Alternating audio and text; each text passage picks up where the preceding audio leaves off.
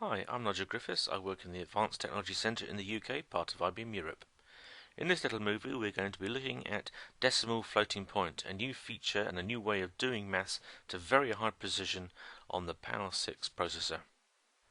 All the details of what we're going to show you here can be found at this website, including a commentary and the source code itself. We have here 4 windows onto the same machine. It's a Power 6 based machine.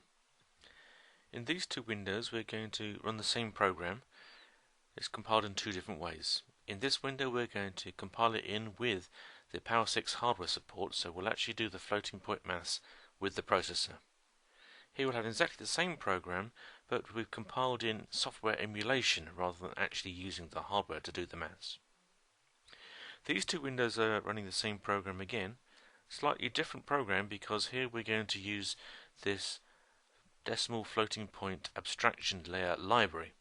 So here we're going to be making library calls to actually do the maths. In the top window here we've got the hardware support, and in the bottom window here we've set a shell variable, so exactly the same program will do again the maths in software. Now I'm going to start these fairly close in time, and I'll do them in reverse order that I think they'll finish. So here we go.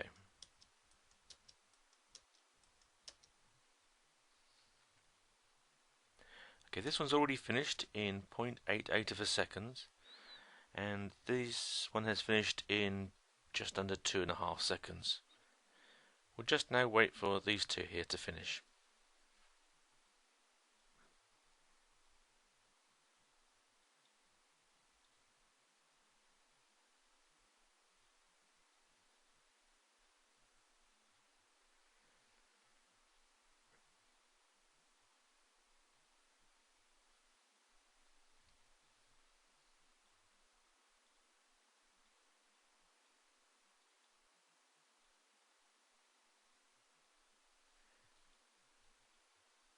There's the library version finishing, and we should have the compiler version finishing here in a second or 2.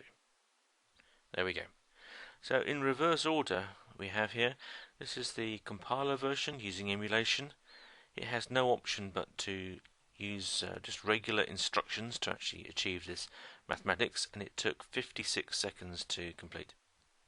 Here we have the library running. Now I suspect that it can use a little bit of optimization as you keep on calling the library, and it's doing slightly better than just doing it the hardware on the processor in software emulation. Here we have the library, a lot quicker, 2.5 seconds here compared to 44 seconds. So this is using the hardware to do the actual maths on the processor itself, but because we're actually calling this library 60 million times, that's taking a little bit of extra processing power just doing the function calls.